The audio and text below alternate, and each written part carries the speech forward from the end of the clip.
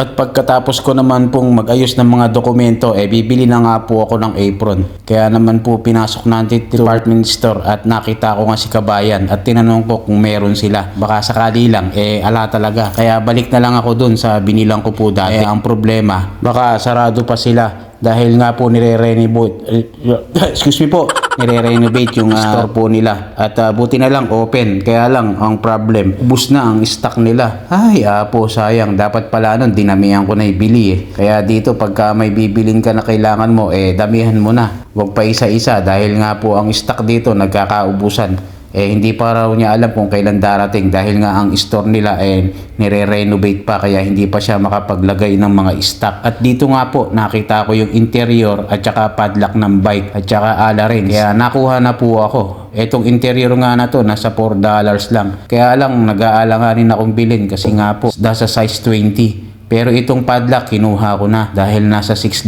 lang. At tinignan nga po natin dito yung mountain bike kung magkano ang mga presyo. At saka BMX at mini mountain bike nga nasa 275 at yung isa naman po nasa 300 o kaya naman ng pagkakita natin ng presyo na yan naalis na po tayo para mabayaran na nga po itong binili ko na padlock at saka ala-rings at interior. Pero yung interior hindi ko na nga po kinuha dahil nga po maliit, size 20 26 po yung size ng aking mountain bike. Kaya naman pagkatapos kong bilhin yan binayaran na po natin at tayo uuwi na. Bali ito palang shop nila madam tabi lang ng pinakababis na supermarket. Yun lang. Right.